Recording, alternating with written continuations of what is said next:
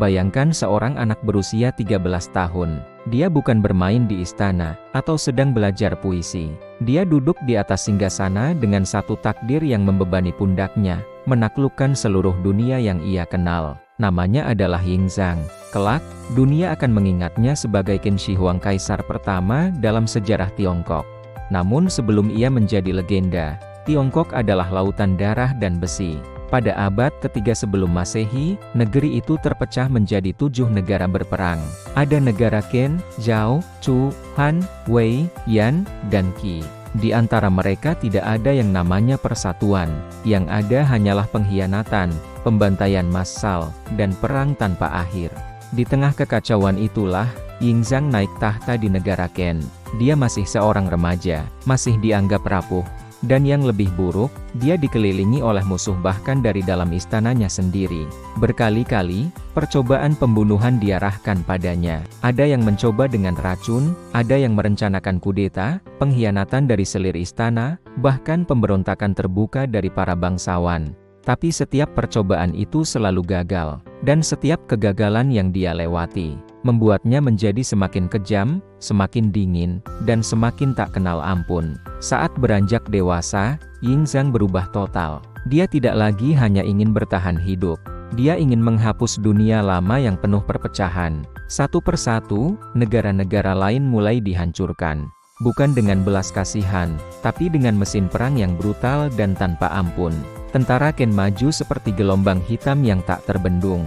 Kota-kota besar jatuh, raja-raja ditangkap dan dipermalukan, dan puluhan ribu tawanan perang dikubur hidup-hidup sebagai peringatan bagi siapapun yang berani menentang. Pada tahun 221 sebelum Masehi, semua perlawanan berakhir.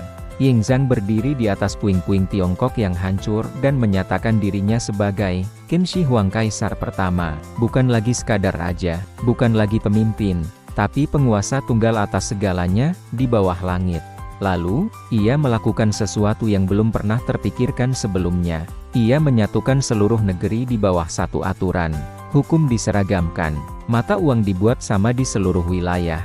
Sistem tulisan distandarisasi. Bahkan ukuran roda kereta pun harus sama, agar bisa melintas di jalan-jalan baru yang ia bangun. Semuanya harus sama, semuanya harus tunduk pada perintahnya. Ia memerintahkan pembangunan jalan raya raksasa yang menghubungkan ujung-ujung kekaisarannya. Ia juga membangun cikal bakal dari tembok besar China, sebuah proyek monumental yang memakan banyak korban jiwa. Namun, di balik persatuan yang ia ciptakan, ada harga yang sangat mengerikan yang harus dibayar. Qin Shi Huang membenci perbedaan pendapat. Ia membenci pemikiran bebas. Dan yang paling ia benci adalah masa lalu. Baginya, masa lalu adalah sumber perpecahan. Maka, ia memerintahkan pembakaran buku-buku, naskah filsafat, catatan sejarah, ajaran-ajaran Konfusius, semua dianggap berbahaya dan dimusnahkan dalam api.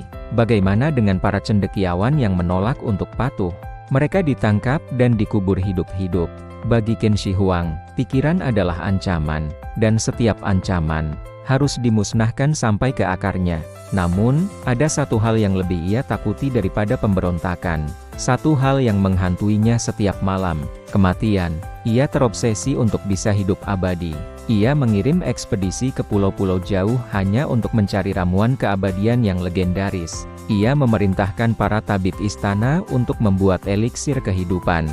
Ironisnya, ia justru meminum berbagai cairan berbahaya, yang banyak diantaranya mengandung merkuri, racun yang perlahan-lahan merusak tubuhnya. Dan sementara ia mencari keabadian di dunia atas, di bawah tanah, ia membangun kerajaannya yang terakhir. Ribuan pekerja dipaksa siang dan malam untuk membangun sebuah makam raksasa yang belum pernah ada tandingannya. Di dalamnya, replika istana bawah tanah, sungai-sungai yang dialiri raksa, dan yang paling terkenal, tentara terakota, lebih dari 8.000 patung prajurit seukuran manusia asli.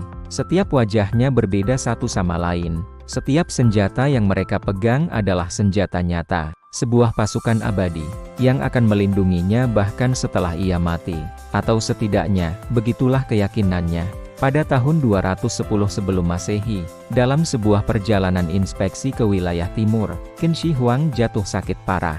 Jauh dari ibu kota Xianyang, jauh dari istananya yang megah, Ia mati dalam keheningan, di dalam keretanya. Para menteri dan kasim terdekatnya menyembunyikan kematian itu selama berminggu-minggu.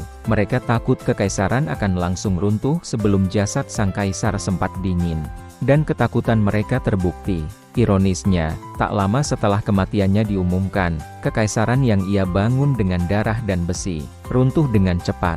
Pemberontakan meletus di mana-mana. Dinasti Qin yang perkasa hancur hanya dalam hitungan tahun. Namun, namanya tidak pernah mati. Qin Shi Huang dikenang sebagai seorang tiran, sebagai monster, tapi juga sebagai penyatu bangsa. Ia adalah sebuah paradoks besar dalam sejarah. Manusia yang berhasil menyatukan Tiongkok dengan cara-cara yang membuat dunia gemetar. Dan hingga hari ini, ribuan prajurit terakota masih berdiri dalam kebisuan, seakan-akan mereka masih menunggu perintah terakhir dari kaisar yang sangat ingin hidup selamanya, tetapi pada akhirnya tidak pernah benar-benar berhasil mengalahkan kematian. Terima kasih sudah menonton, jangan lupa subscribe untuk kisah-kisah menarik lainnya.